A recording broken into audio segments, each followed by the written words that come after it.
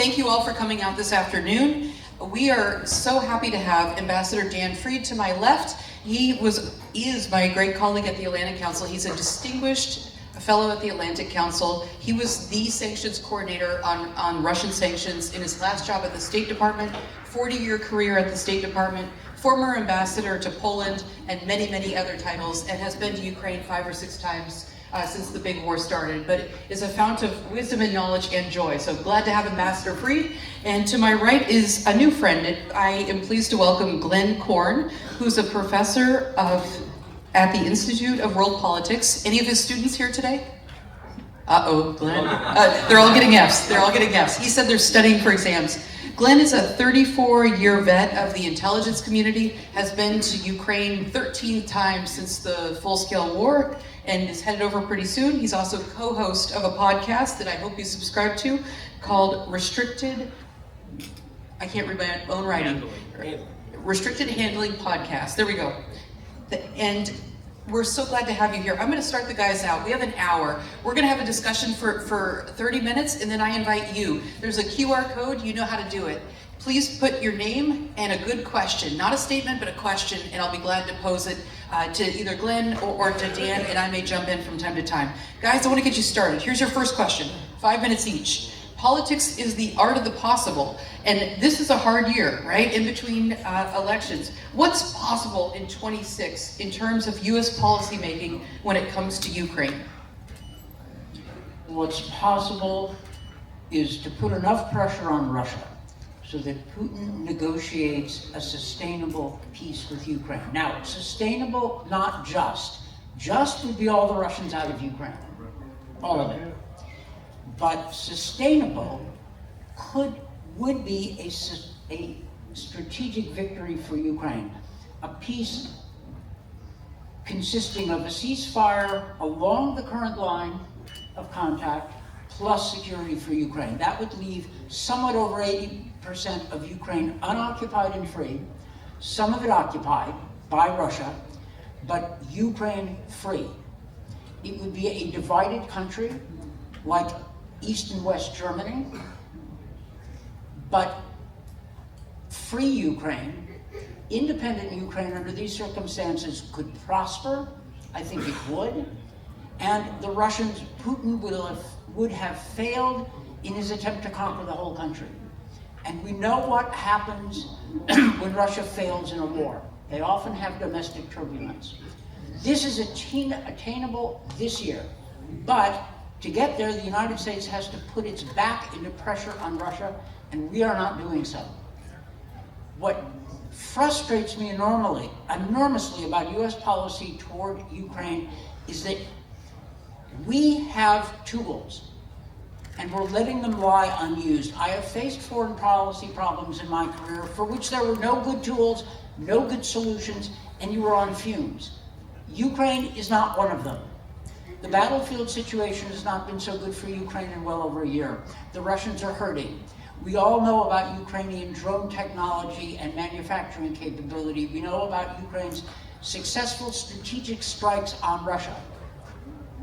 But the Trump administration is holding back. An administration that prides itself on putting pressure on its adversaries is not putting all the available pressure on Russia. So, to sum up my answer, part one of your question is, there's a lot of upside potential this year in our policy, but to get there, we need to put our back into it, we need to mean it, and the Trump administration could do so, but they're not doing so adequately. In more detail if you want it. Ambassador, how do we get there? Well, the administration could increase the economic pressure on Russia, stop acting like it's a virtue to stop assistance to Ukraine, and stop sending mixed signals to Vladimir Putin. When J.D. Vance says that he's proud of our cutoff of assistance to Ukraine, how do you think Putin reads that? Goody, goody. No, exactly. Send consistent messages to the Kremlin that you are going to lose, and the sooner you settle, the better for you. Stop beating up the Ukrainians for weird ideological or political reasons, and work with the Europeans. You've got the British and French, at least in principle, prepared to put troops inside Ukraine as part of a settlement. You've got a pretty good sketch, and maybe more than a sketch, of US backup for Ukrainian security after the war. That's actually pretty good. And you've got the Russians doing absolutely nothing in negotiations. So lean on them. That'll work. That'll work. Thank you. Okay, same question, and feel free to take it in any direction you want to go in. Thank you, and I cannot not agree with the ambassador. I agree with everything he said. We need to increase pressure on Moscow, on Putin. Let's start by saying this. Let's remember now that when we went to war with the Islamic Republic of Iran on 28 February, Ukraine was probably the first and the most vocal supporter of that policy of all of our European allies.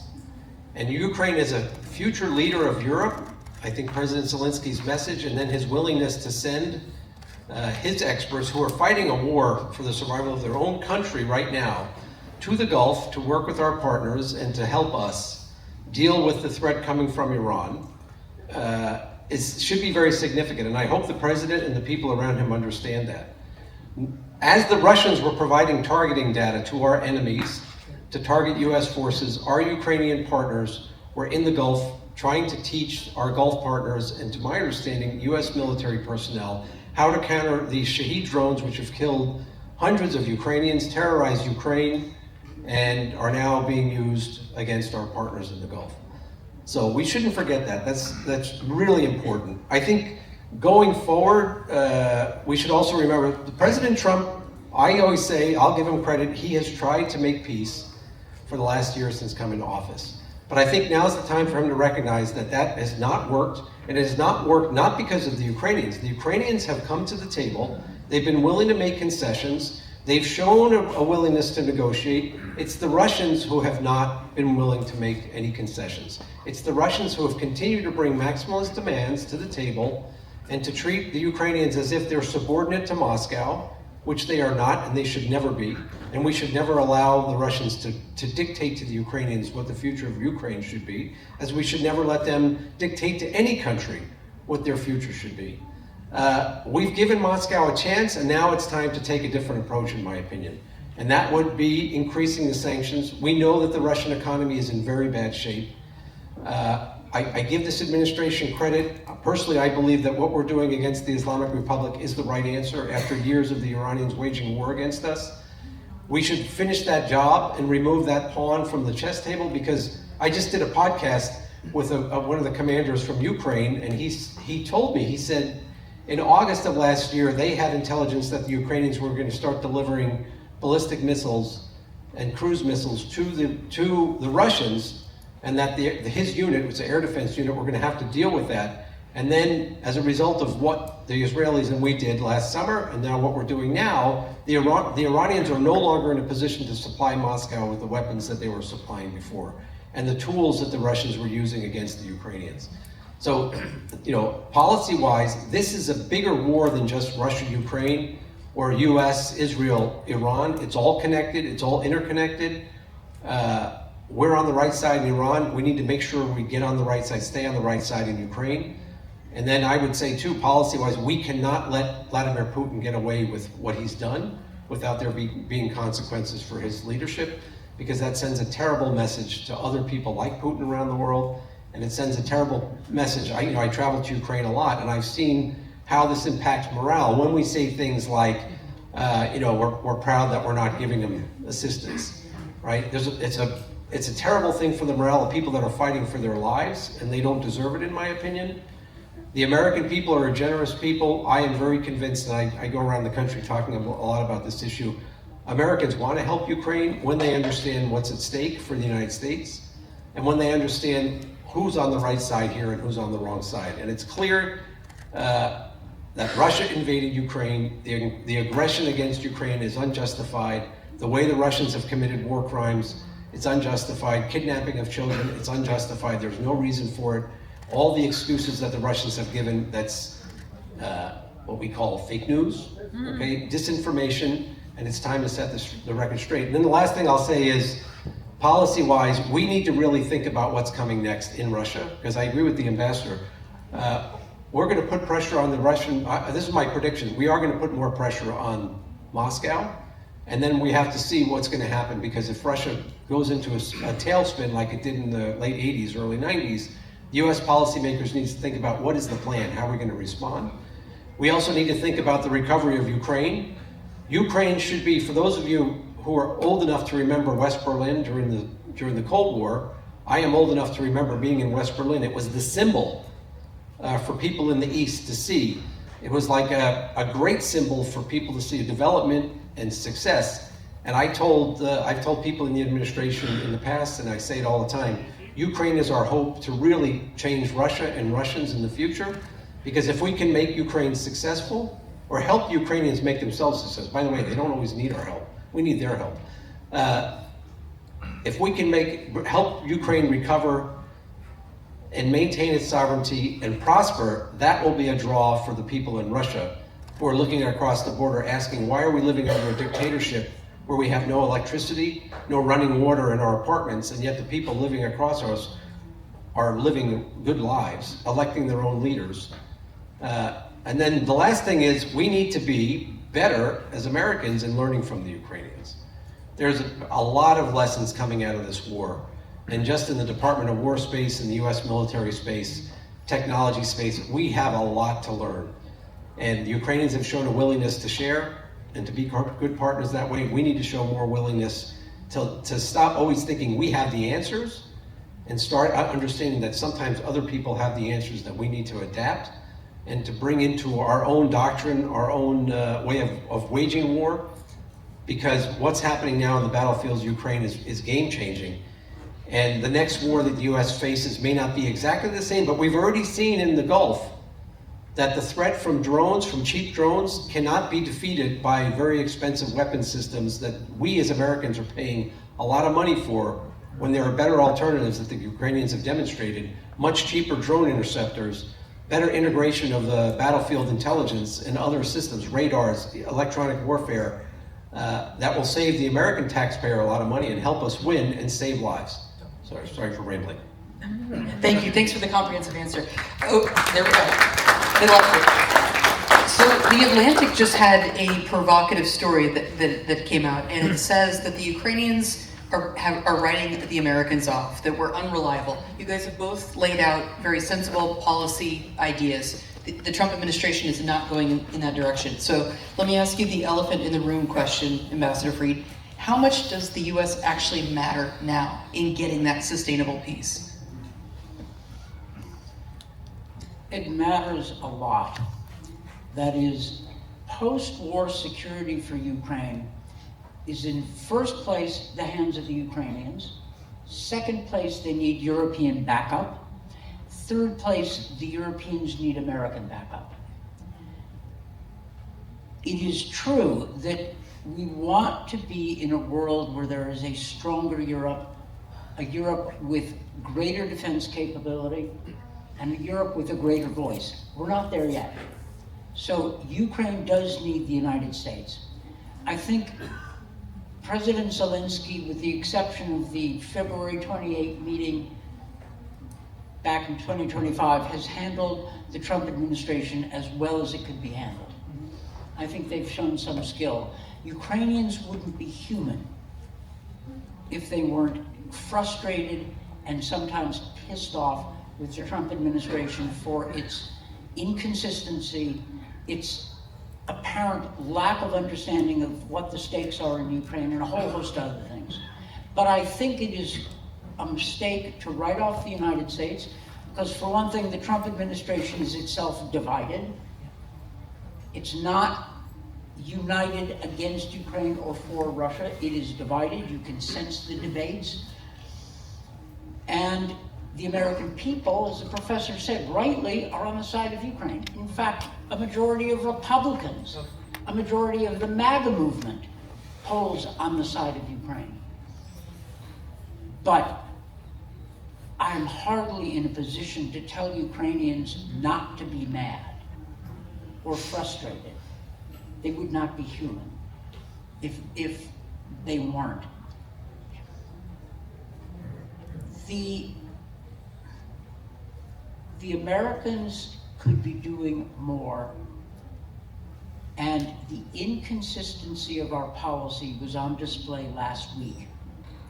On Wednesday, Secretary of the Treasury, Scott Bessent, said we would let a general license allowing Russian sale of oil to expire and not replace it. On Friday, the Treasury extended that license, issued a renewal. What happened between Wednesday and Friday? Scott Bessent didn't lie on purpose. It means something flipped, which speaks to what? Chaotic policy process, ad hocery, lack of discipline when it comes to balancing our Iran and Ukraine equities. This is a problem. Oh, and by the way, as a former sanctions person, I can say that allowing Russian sales of oil was intended to lower the upward pressure on prices, right? Ease the upward pressure on prices. But there's a way to do that without filling Putin's coffers. How? Well, you could issue a license, but force countries buying Russian oil to observe the price cap. The Chinese and Indians would agree, don't you think? It'd be in their interest. Secondly, you could escrow the proceeds. It couldn't go right to Russia, but it could be used by the Russians for food and medicine. We did this with the Iran sanctions 10 years ago. You think Treasury doesn't know that? Of course they know that. Why didn't they do it? Well, as an old Washington hand, and I was inside for 40 years, it feels like panic and instructions. Get it done right now. I don't want to hear any complications. This is not good policy making. If you want to try to solve the problem of getting oil to market, including Russian oil, without giving the maximum benefit to Russia, there's a way to do that. And when you don't do it, it suggests either you don't care or you're under too much pressure for no good reasons to do the right thing. That's what I find so frustrating about our policy, is that there are available answers to help the Ukrainians and advance American interests. But to get there, we've got to show more consistency. And the Trump administration is not a single thing at all. It is a weird collection of mutually competing, mutually inconsistent, and sometimes mutually hostile groups. Neo-Reaganites, America Firsters, Fortress America, Anti-Europe, China First. All of these schools swirl around the president, and they're all fighting for influence. And the result, well, the bad news is, look at the mess it makes. The good news is, there is still room for Ukrainians to operate within that confusion, right? They have friends and allies in the administration within Trump world. And so they can work with those allies, they exist. Oh, and final point, I can't resist. The professor mentioned it, and it deserves emphasis. Russia is helping Iran target Americans. Why is the administration so reticent about it? Why are members of Congress, particularly Republicans, reticent about it? I'm so old, I remember when Republicans were actually strong on national defense. They didn't like people going after Americans to try to kill them. The Russians are helping Iran try to kill Americans. And President Trump shrugged it off, saying, well, we help the Ukrainians. I haven't heard logic like that since the early 70s, when it was the far left that excused America's enemies. You know, I don't like it when anybody does that. Putin is an adversary, we should keep that in mind. Thank you so much.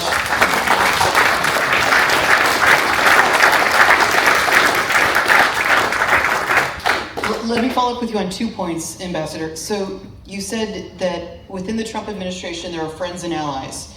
I don't see very many. I saw General Kellogg, who was obviously fit in that category.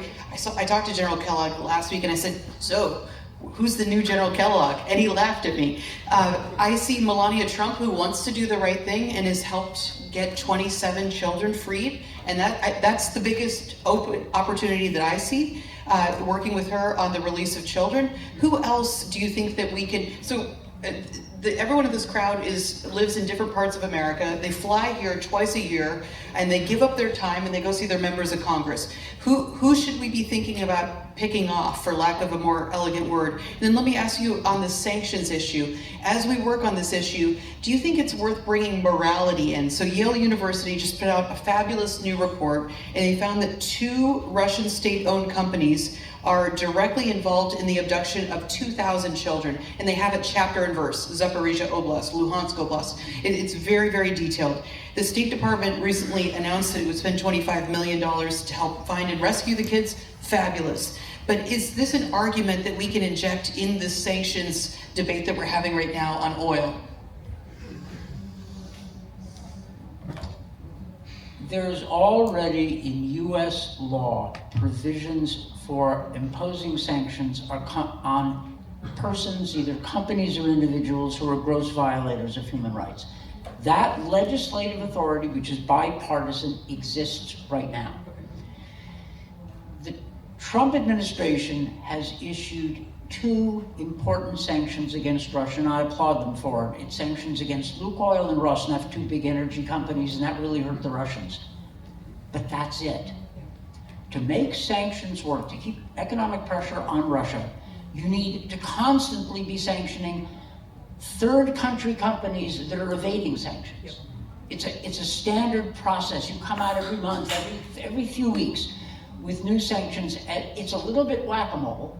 It's never going to be perfect, but it doesn't have to be. You're keeping the pressure on, they don't do it. So the answer to your question is absolutely yes. And as for Fred,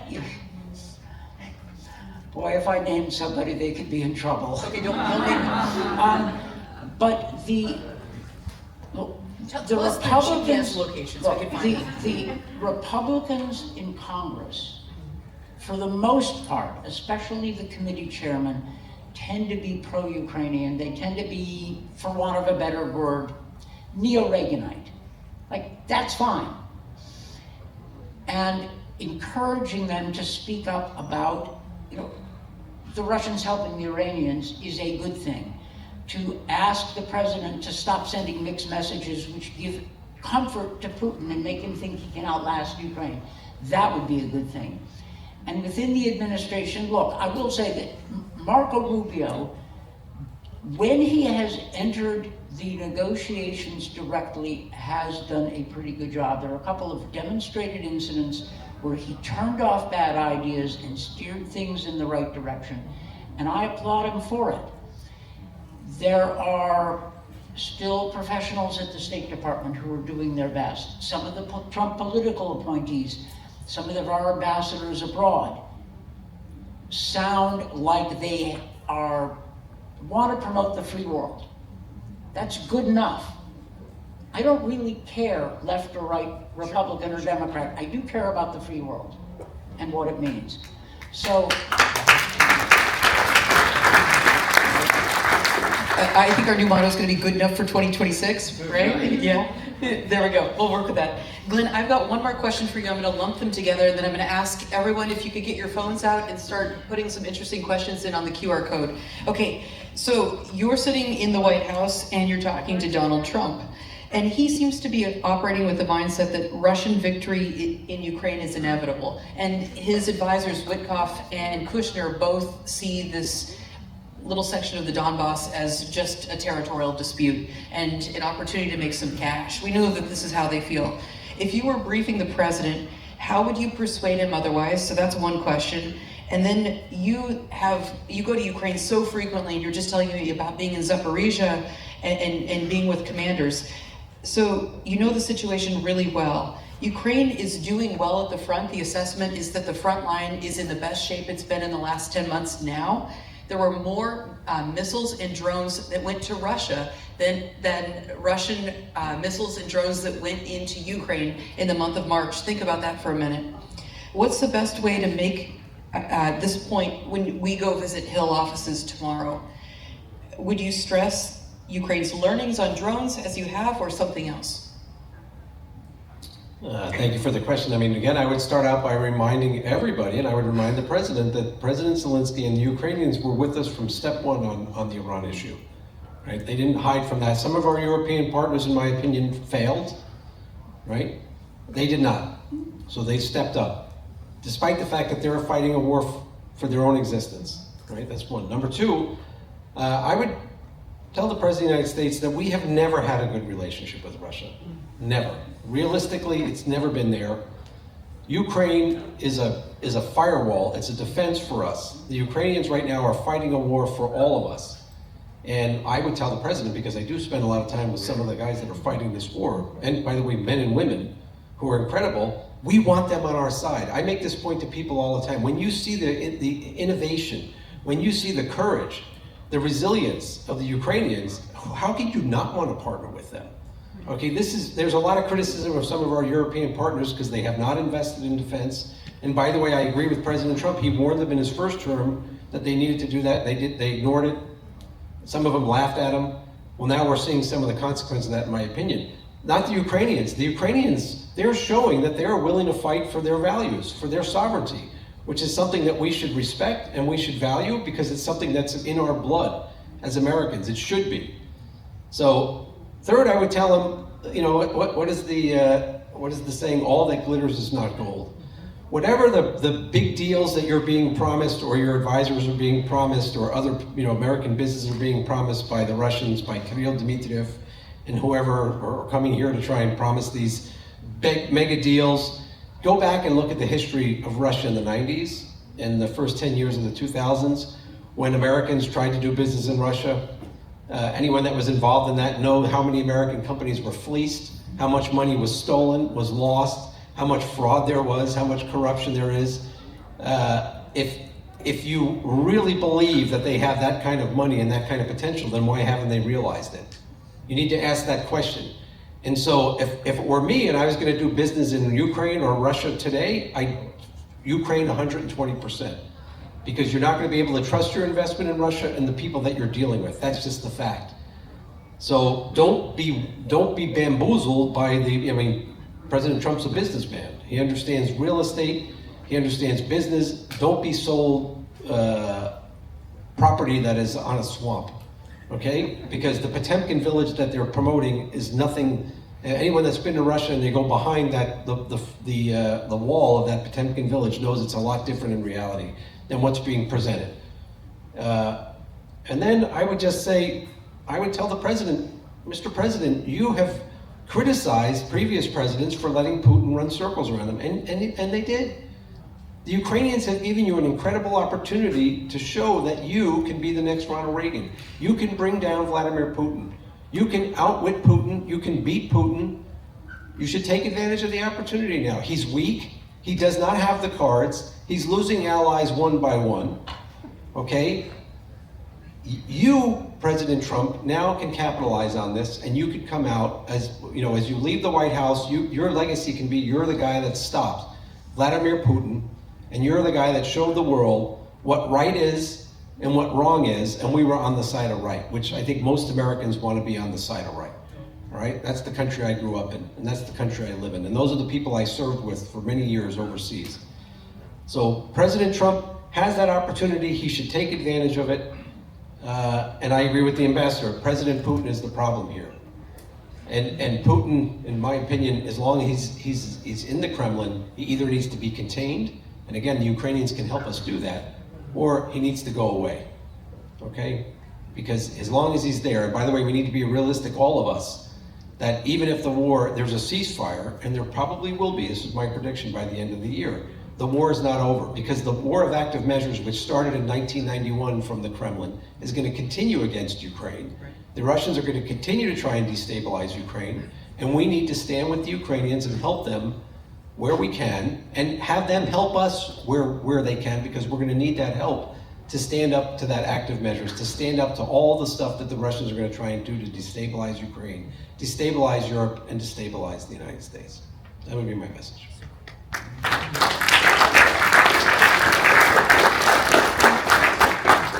Thanks so much, Glenn. Katie, I can't read the questions. They've clipped it, so if you can expand it so I can read the questions, that would be fabulous. Or if you could give me an iPad. It's not working. I can read one question from Kyle. Kyle Smith asked the gentleman, how are the upcoming midterm elections going to affect U.S. policy toward Ukraine? You want to start?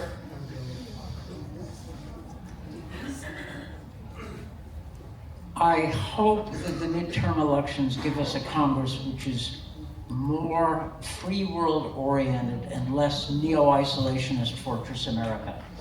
I don't care Republican or Democrat. That's not, for the purposes of this question, that's not relevant.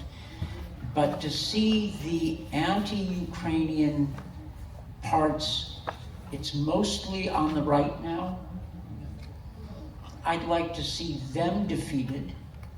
I'd like to see national security Democrats succeed. There are a lot of them. It's a kind of a new breed. You know, the Democrats who've rediscovered their inner Harry Truman. That's great. Give us a few names. Elisa Slotkin, for one thing, or Bridget Brink, who's running for Congress. She was our ambassador in Kyiv, and she resigned because she basically had enough. These are national security Democrats, free world, American strength, support for democracy, and they're by instinct bipartisan. So that's what I hope comes out with this, and with a blow to those who think that freedom has nothing to do with America's interests, or that Russia is our friend somehow, or that Ukraine is a waste of time. And we have seen in American history the results of such thinking.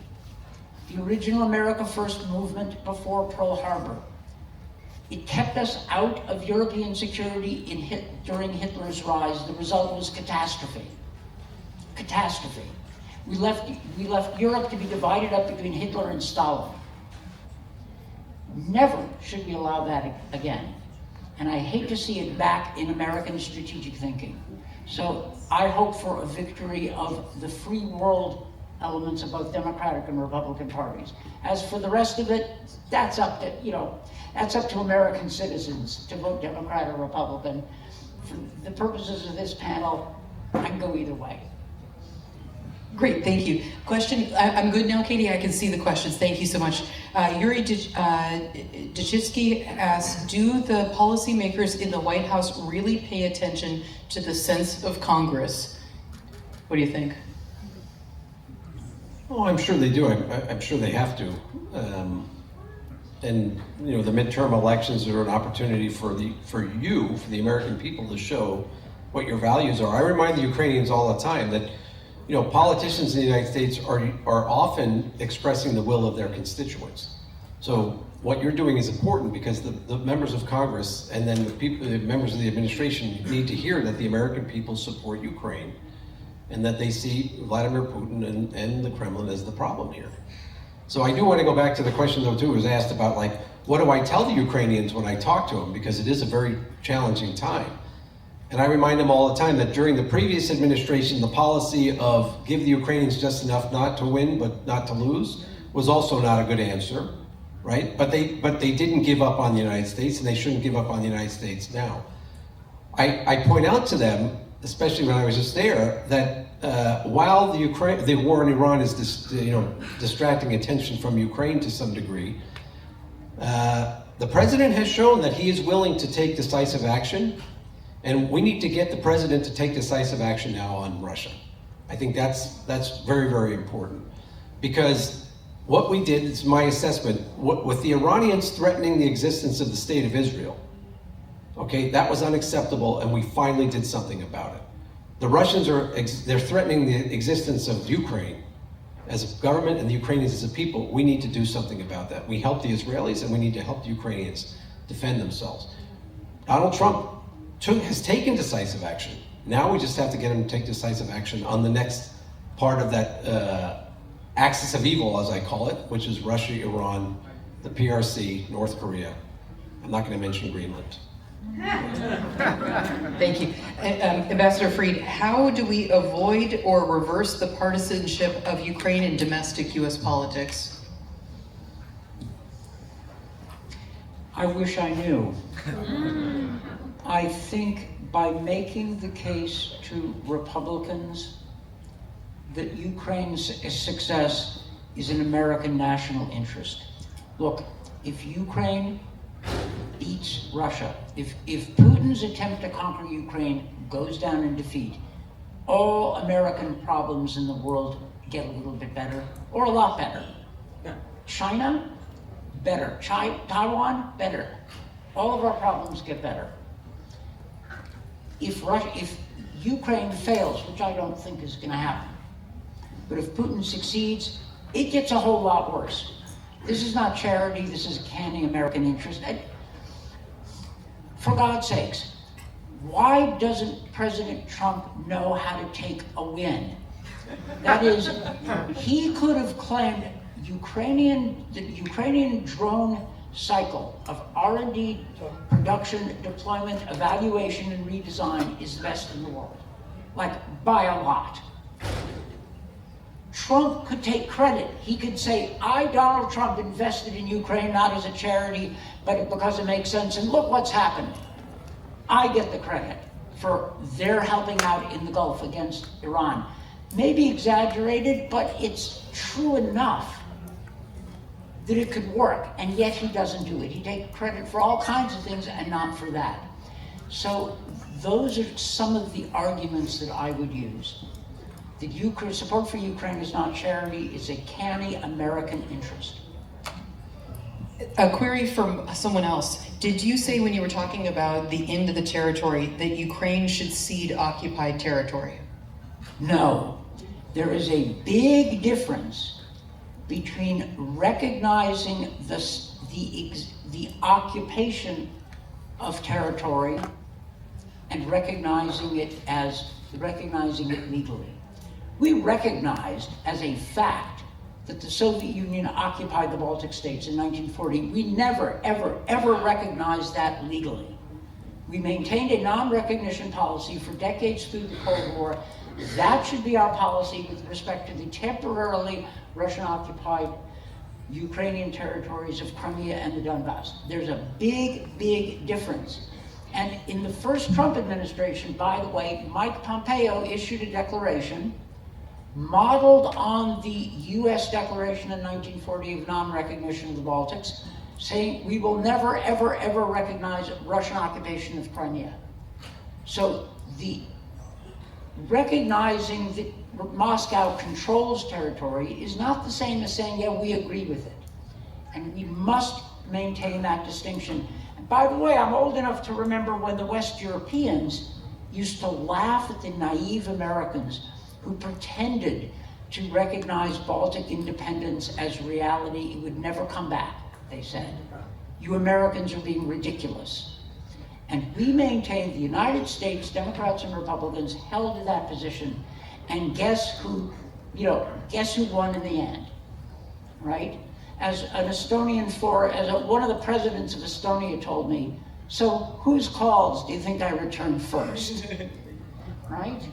And if you want to beat Ambassador Fried at Jeopardy, the doctrine he's talking about is the Wells Doctrine, right? Yes, it is the Wells Doctrine.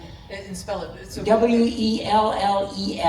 Look this up. The Wells Doctrine was Sumner Wells, he was acting Secretary of State at the time, and the doctrine said, we will never recognize the Soviet illegal incorporation of the Baltic states.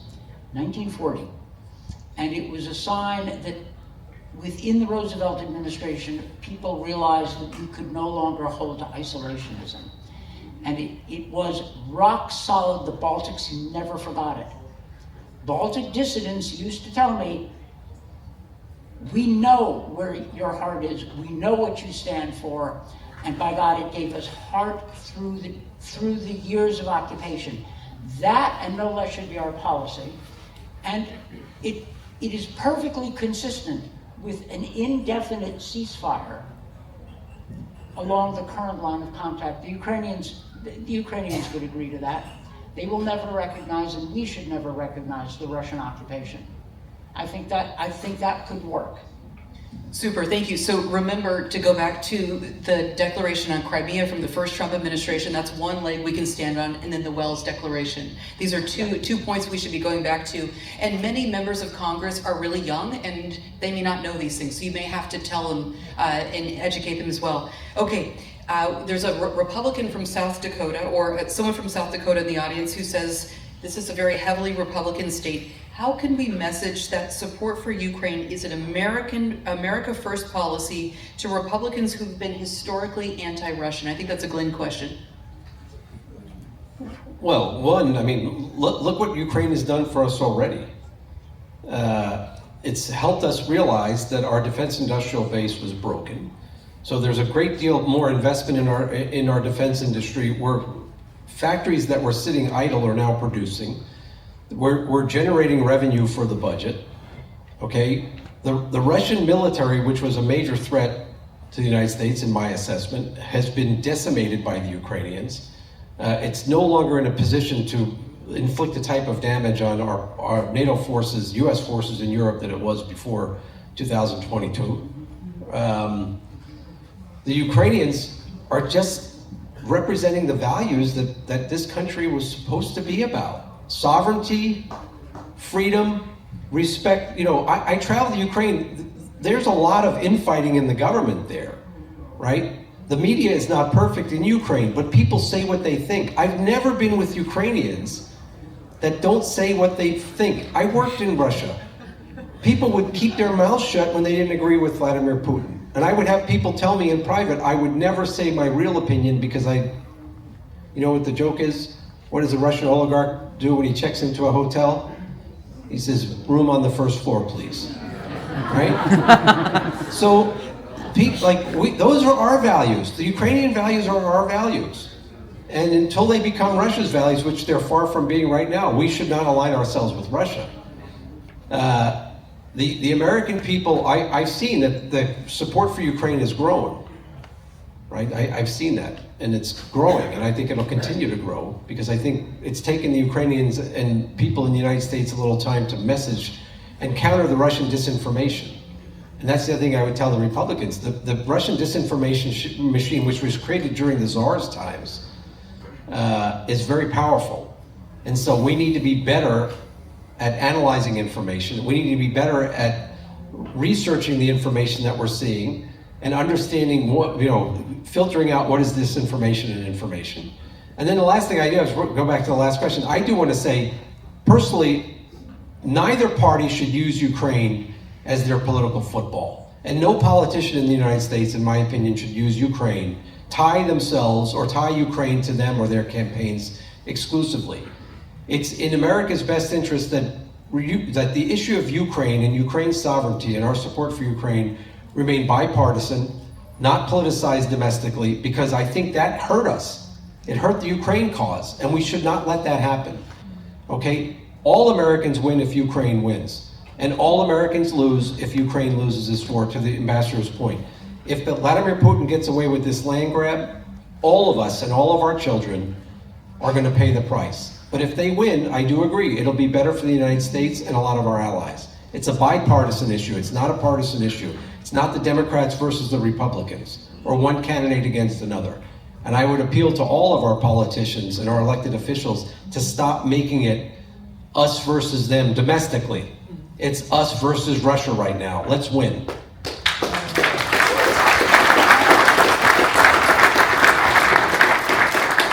Well said. Where's Oscar? Oscar, hold up your hand. Oscar McNeil, where are you? I can't see your hand. Where are you? Good. Okay. Oscar and Ambassador Fried have a task after. Thank you for, Oscar says something very, very good. He says, we should ask Ambassador Fried to craft a talking point on allowing Russian oil sales, but preventing Russia from reaping a bonus so that we can articulate it well in meetings with Congress. You have homework after this panel is over, Oscar and Ambassador Fried. Ambassador Fried, you got another hard one. Okay. This is a goodie. I think this one may be my favorite. This is from Nathaniel Sanders. He says, the administration's distaste for Ukraine is personal, not logical. How can we overcome that bias or obviate it?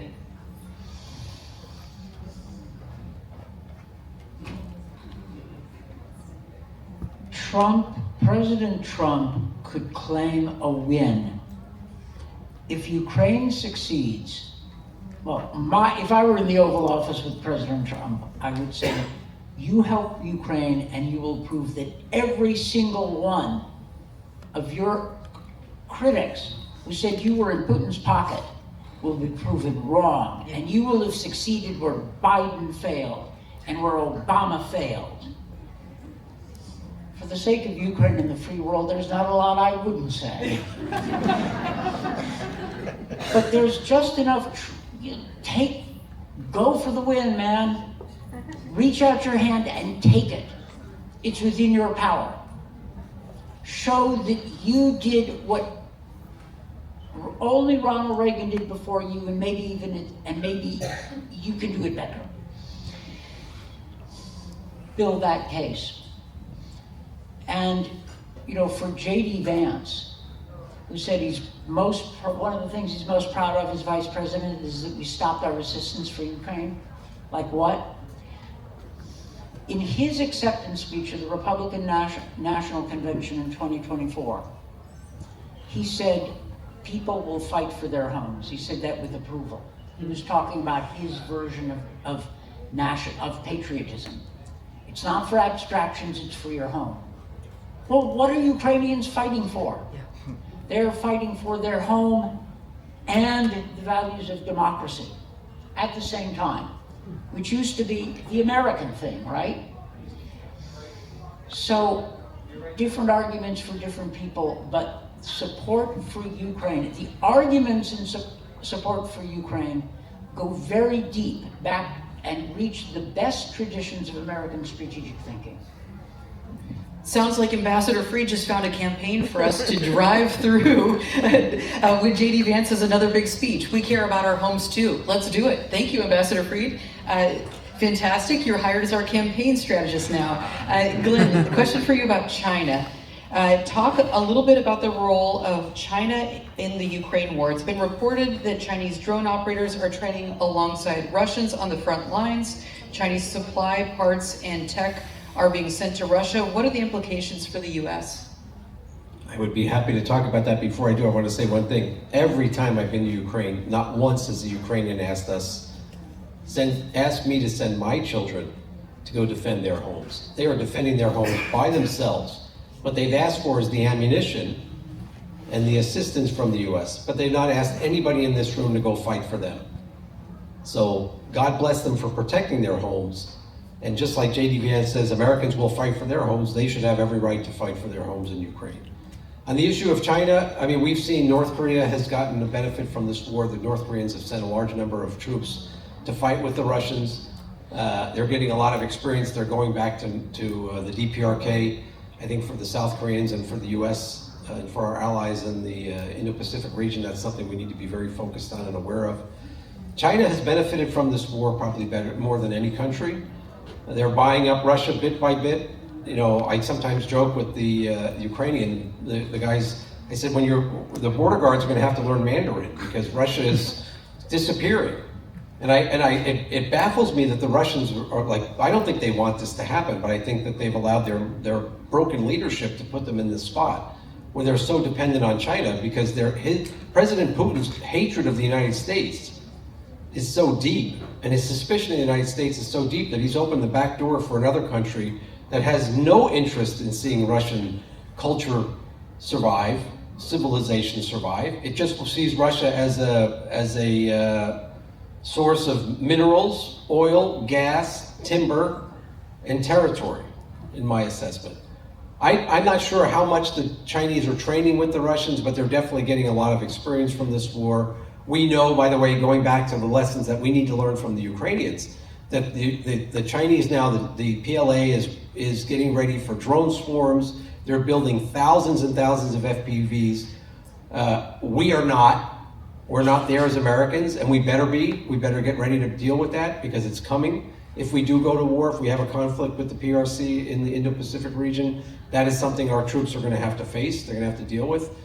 And we're going to need the Ukrainians to share the knowledge that they have. And by the way, probably Ukrainian industry, which I think last time we were there, they told us they were going to produce 7 million drones this year in Ukraine, a country that's at war, right? We visited one production site. It's a factory where hundreds of people are working around the clock.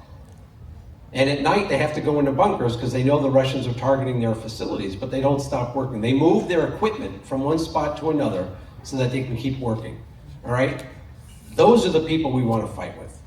And if you guys remember the allegation, and I have to say this is my mentality, but the allegation of the Nord Stream, that there were claims that the Ukrainians, if you remember this story, I forget what newspaper was in here, maybe the Wall Street Journal, that the Ukrainians, they asked us for help shutting down Nord Stream, and previous administration said we can't do that. So then the Ukrainians got drunk one night, and they came up with a plan, right? Those are the guys I want to fight with. Those are the guys I want to be in combat with. Because they came up with a very, if it's true, a very innovative plan, and they executed that plan without hemming and hawing and waiting 3 years in policy decisions. And asking the lawyers. And well, we love our lawyers, but they got out, I have 3 brothers that are lawyers, so I love them. But they got out there and they got the job done, okay? And those are the allies we need. We're gonna need those allies with the Chinese, dealing with China. And we're gonna need to send the message to our other allies, because this is one thing I think people in the administration forget, is that I spent a lot of time in my career fighting in the counterterrorism war. And I'm very proud of the fact that the teams I worked with and led disrupted a lot of threats to the homeland and a lot of threats to Americans around the world and our allies. But to do that, we always needed partners that could count on us. In the future, we're gonna need the Ukrainians. We're gonna need to turn to them and say, whether it's counterproliferation, counterterrorism, whether it's some kind of new conventional war like we're seeing in the Gulf now and what the Ukrainians are doing, and whether it's the ideological war that we're all facing every day, okay? We need the Ukrainians' help, partnership, like we need other allies. And if we lose them and they go back to the Russians, that is a disaster for the United States. Last thing I'll say is we had a meeting with Mayor Klitschko. We were sitting across from him, and I learned my buddy, he was talking about what it was like in the Soviet Union, and his father was in the Soviet Air Force. And I said, he was talking about him and his brother, and I said, can you imagine like if we were in a foxhole, and he was in the other foxhole in the Soviet Army, we had to go fight that guy? I'd just drop my weapon and run. We want that guy on our side.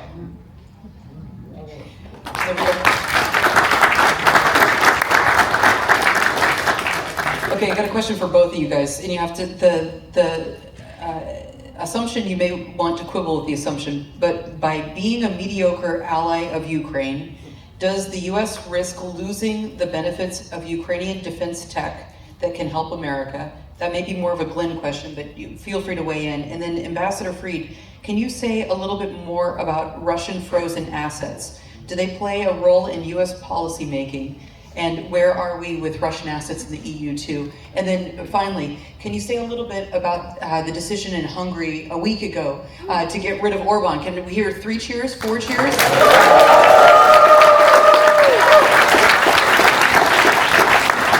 I had to go on TV and I said, I'm not sure who's happier tonight, Ursula von der Leyen or Volodymyr Zelensky, or maybe the ACU. But look, it's great news. Tell us what it means for Ukraine as well, or Orban's defeat. Yeah, Orban really was just as bad as everybody thinks. I mean, I knew him when he was a liberal. So I watched him. It was sort of like the picture of Dorian Gray. You know, you knew him when he was good and he got less so. What's interesting is that Peter Magyar, who beat him, is a conservative. He has all the political assets that Orban used to have, but he believes in Europe, he believes in democracy, he believes in the free world, and he's not going to be in Putin's pocket. So that is just great. Now, he's not going to be giving military assistance to Ukraine. I wouldn't expect too much on that score, but I think he's going to lift the veto of the $90 billion euro loan, which gets back to your question about the frozen assets. U.S. the Biden administration led the international effort to immobilize the Russian sovereign assets. It was a great move. It was just brilliantly done, and done within like 2 days, because it wouldn't leak, so the Russians couldn't pull their money out of anybody's bank. It was just aces. They immobilized the assets, but the Europeans have balked on actually confiscating them.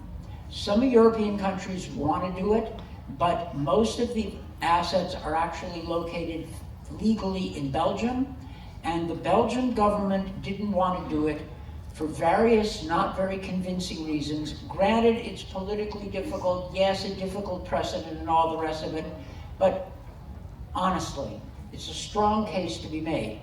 Europe failed to convince the Belgian Prime Minister, who probably had quiet support from other European governments, to soften his opposition. So they came up with the 90 billion euro loan as Plan B. Orban blocked that loan. Now that blockage will probably be lifted and the loan will go through. Of course I'd like to get Europe to use all of the sovereign assets. That's not 90 billion, it's about 280, 300 billion, depending on how you're counting and where it is. And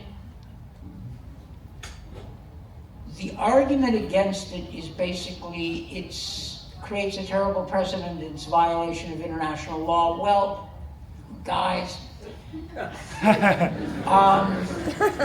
Russians cannot claim the benefit of international law after having launched an aggressive war.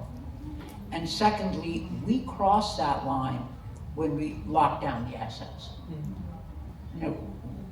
We're there. So what, you're gonna be worried Russia's gonna retaliate? They're already blowing things up in Europe. Drone attacks, destroying infrastructure, assassinations. That's going on right now.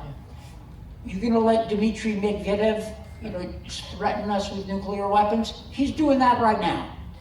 So I would say go for it.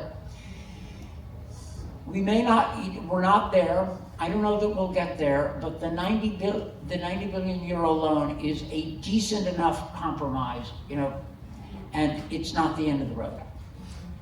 Great, thank you so much. Will you take care of that last question for us?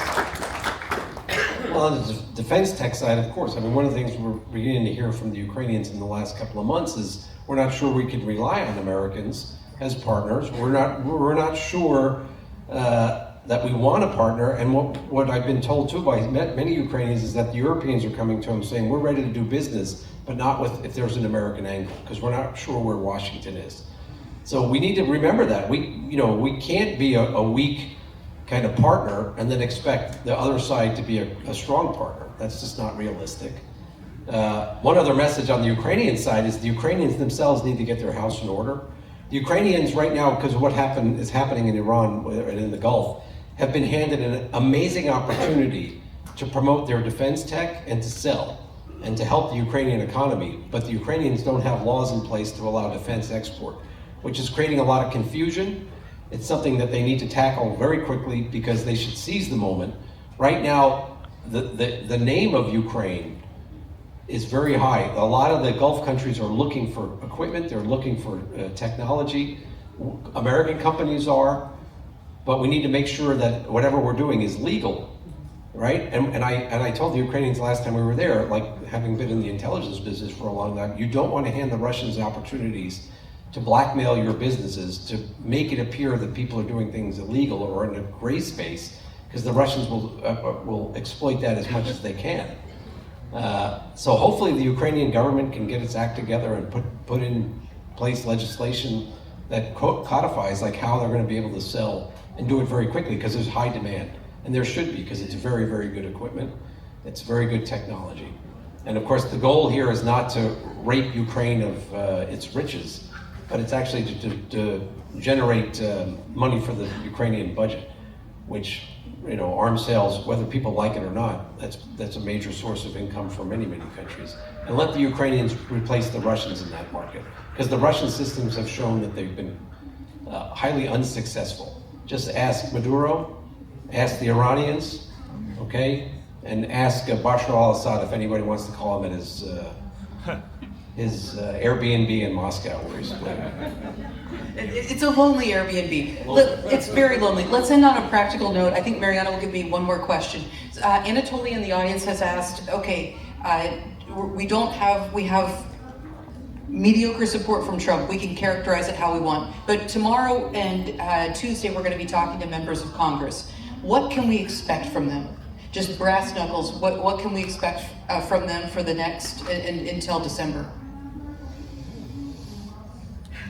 More support on sanctions because, as I'll tell the person you want me to talk to afterwards, there are some legislative restrictions on the administration's ability to take off sanctions on Russia, and they should act on them. That's already in law.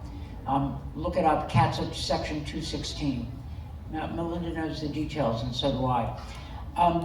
Secondly, members of Congress can lean on the administration to stop it with the bragging about cutting Ukraine off. Just stop that stuff. That gives, if I may use the phrase, aid and comfort to the adversary. That encourages Putin. That is not in America's interest. Back your friends. Back your friends and capitalize on the investment. You've listened to the professor talk about the Ukrainian drone technology. That really is partly due to our support for Ukraine. So that's a very big deal. Don't we want to have the Ukrainian knowledge if the Chinese come after Taiwan? I prefer to prevail over our adversaries, or to have the ability to get them worried that they better not move. So I think for members of Congress, have the administration try to take the wins, stop giving mixed messages, and take our own side in a fight.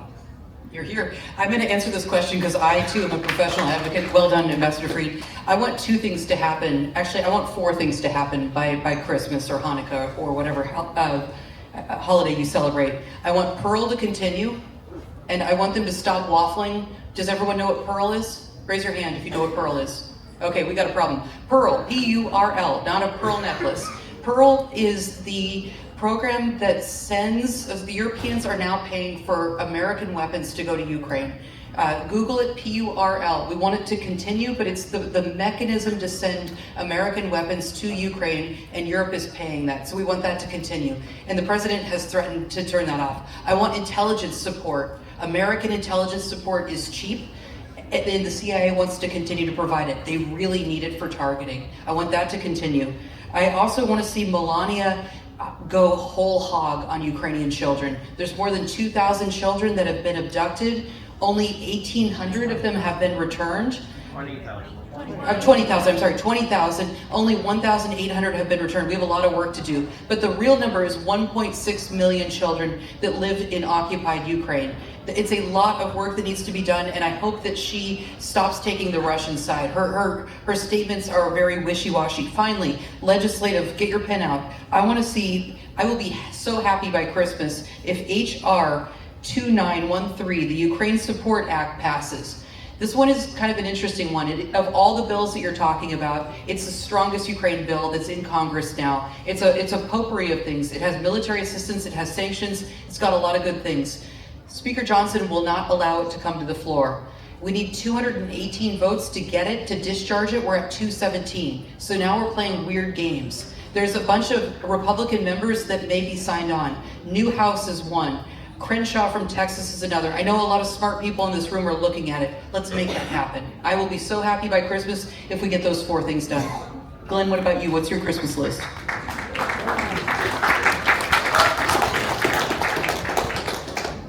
I guess I just have one hope for the coming holiday at the end of the year, and that's that Ukrainians can live in peace, can get back to the business of using all that talent, all that innovation to make the world better, not to have to design systems to defend themselves against an aggressor. And let the Russian people have their future without Vladimir Putin, who's dragged that country into a black hole again, Like most Russian leaders, he didn't know when to stop, and he's trying to rebuild an empire which was never ever a powerful empire. It was always weak from inside. Let the Russians understand that by threatening their neighbors, they only make NATO stronger. If they are worried about external threats, they should stop threatening their neighbors.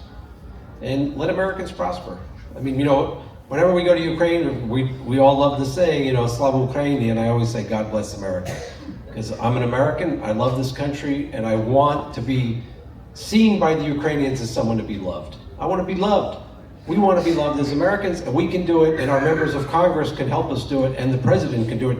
Like as I said before, he can go down as maybe the most loved president in Ukraine, the hero of Ukraine. All he has to do is understand that Vladimir Putin is not his friend, and he's not going to make a deal under the current terms.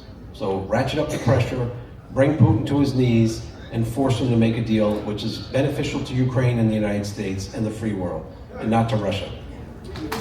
Thank you so much. Finally, thank you for giving your time. It's not cheap to come to Washington. It's not a very fun city anymore, in my opinion. I live here. Thank you so much for doing what you do. We would not make the progress on Ukraine policy if you guys weren't so committed. So I want to say hats off to everyone in this room for spending their weekends, for spending their evenings, and for talking to members of Congress. You're doing the hard work. Being up here is easy. Honestly, what you guys are doing is hard. So hats off to you. Good luck to you. God bless you. Slava Ukraini. And the last word to Katie. I want to thank our amazing panelists and our amazing moderator. This was a fantastic panel. I can't thank you all enough.